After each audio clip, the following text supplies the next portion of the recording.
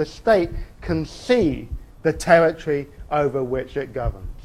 Okay? And it's a new type of scientific knowledge used to enact it.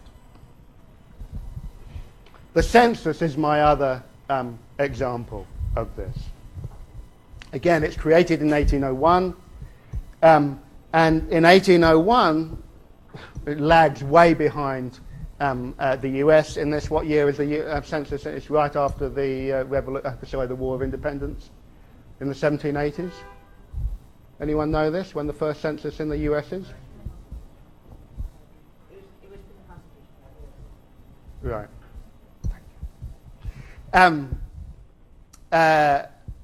So behind the US, first one in 1801, and it's a modest innovation. Okay, that is to say that the Anglican Church still remains a key figure in the collection of this type of information, and that all that's asked for is the address, the aggregate family size, how many people in your family, the age of their ages, and the occupation of the head of household. And collected by officials of the local church. Nonetheless, this census provides the state with a completely new type of knowledge of the population over which it governs. So, to give you an example, an official in London could sit at his desk and just know how many people lived in a village, 300 miles away without leaving that room. Okay? It's a completely miraculous technique for being able to know who lives where and what they do and how best to govern. In 1841, again, note the way that the early 40s are a key moment, the powers of the census are radically expanded because of the creation of the General Registrar's Office in 1836. I'll come back to that in a moment. But basically what the General Registrar's Office does is take away knowledge and the collection of vital statistics of the population away from the Anglican Church. So now you have just a secular set of knowledge. It's got nothing to do with the church. The church is now left out. There are 35,000 local enumerators hired for the census of 1841, and it provided this very detailed knowledge. The name of every single person, this is an example from 81, but it works. The name of every person, their occupation, their sex, their age, that's the profession. What's this? I can't read this from backwards.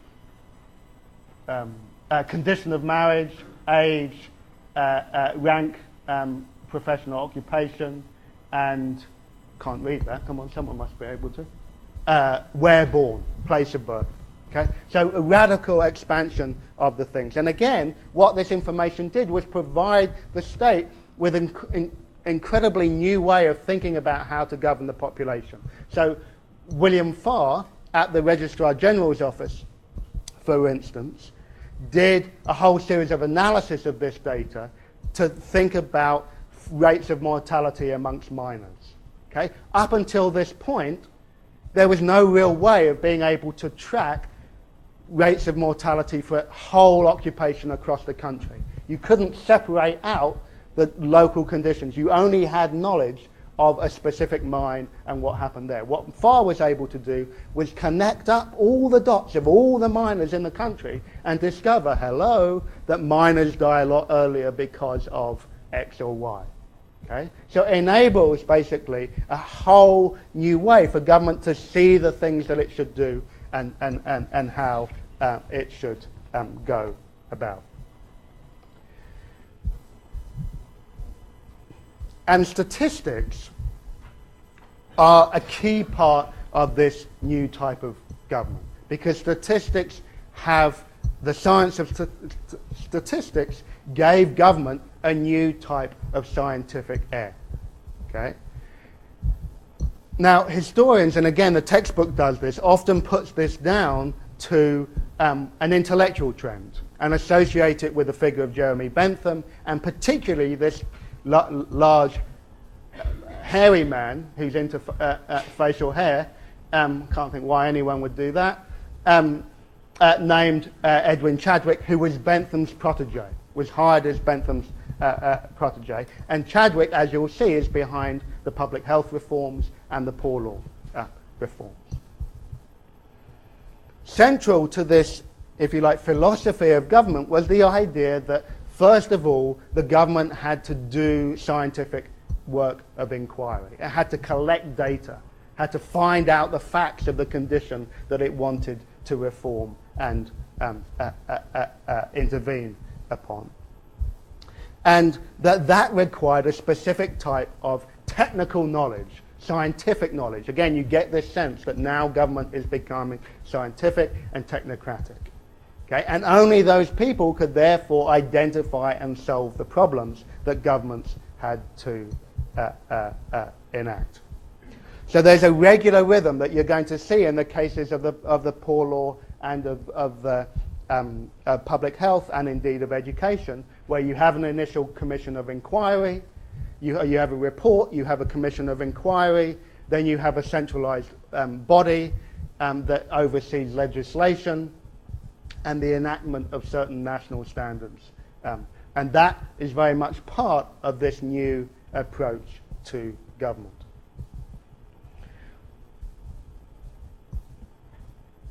You'll also note that all of the areas that I'm talking about are basically about social problems.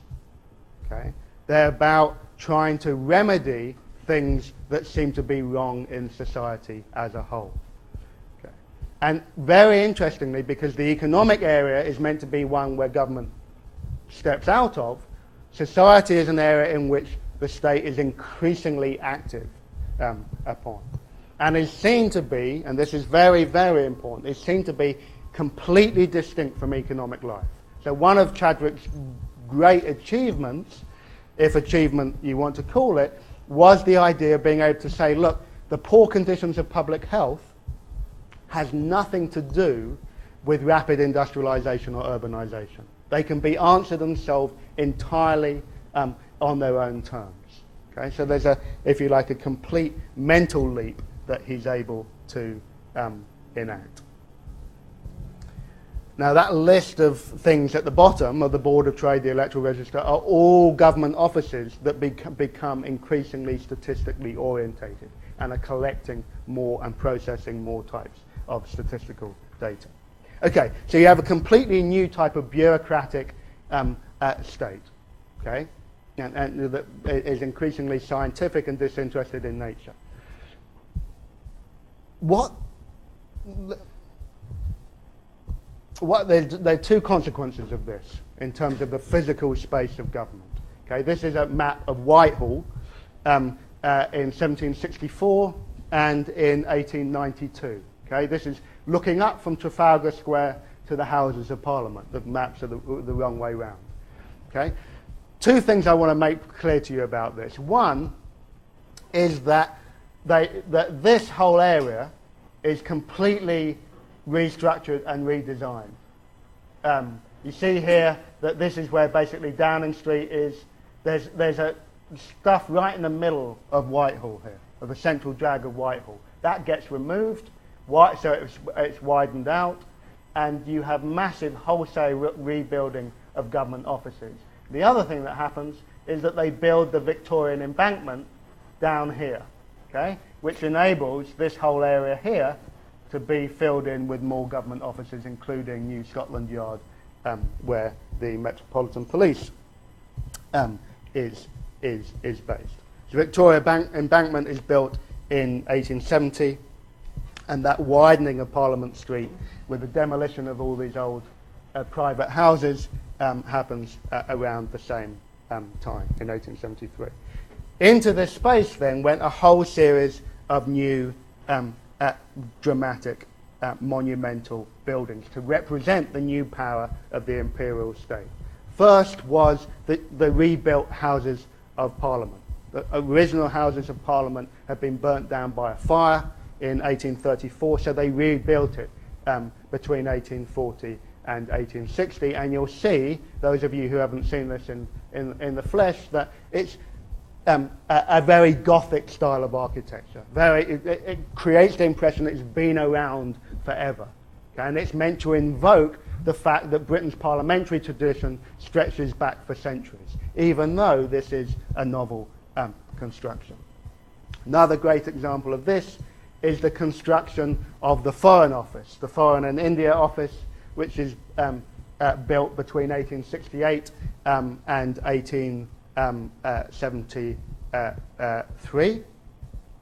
And there's a huge debate in Parliament about the style that this building should be built in, whether it should be Gothic, whether Gothic was fitting for a great empire like Britain was becoming, or whether it should be more classicist in orientation. And those of you who know the building know that they ended up with a classic British compromise, a sort of fudge of both styles.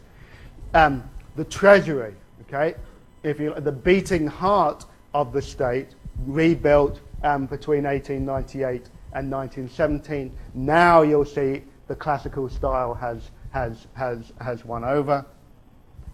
And the old War Office, rebuilt between 1901 and 1906. All of these buildings, okay, create this in this enormous historicist style, okay, trying to announce, if you like, their permanence, the fact that they've been there all the time, rather than the fact that they're actually pretty recent constructions, and that the state that they represent is pretty recently put together. You'll also notice that all of them have, in this shift to the classical, an increasingly imperial bent to represent that Whitehall had become the centre of a new type of imperial state, which is very important. The other point that I want to make about the redevelopment of Whitehall in the 19th century is that it becomes the symbolic centre of the imperial state. Okay, so I've been talking about this move to sort of new types of bureaucratic authority, but I want to remind you that this dialectic is also at work. Now you get a whole series of new ceremonies, symbolic ceremonies, like the state opening of Parliament, here where Queen Victoria does, which begins in 1852. So a whole series of new types of state rituals develop onto this new space to give the impression that the state is not just an anonymous bureaucratic thing, but actually, you know, has a whole series of forms of personal authority and relations to it as well. The other great example of this is the construction of the monument for the First World War by Edward Lutyens in the middle of Whitehall in 1919, now the site of an annual Remembrance Day ceremony.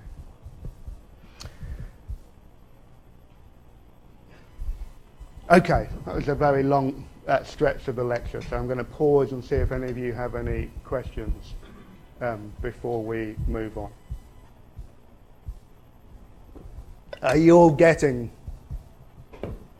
the fundamental shift that I've been talking about away from, you know, a version of the state which seems as though it's about people pursuing their own interests, to one that becomes disinterested and increasingly bureaucratic and about procedures, not the individuals? Yeah? That's the key thing that you've got to get. Any questions? Yeah. Interested in whether that movement was already well underway, like before the need for administering an empire, or how much Right. was due to the administration overseas. Right. So the question is, how much of this process was already underway before Britain had acquired its empire? And the answer is, some of it was, yeah. I mean, so, you know, the creation of the excise department and the institution of this new type of system of collection is often held out to be an early example of that. But the scale of what happens in the mid-19th century and its increasingly sort of bureaucratic and procedural nature is absolutely radically different, as is this sort of symbolic reinvestment in Whitehall as the site of the imperial state. I mean, that really is new, and all of the all of the royal ceremonies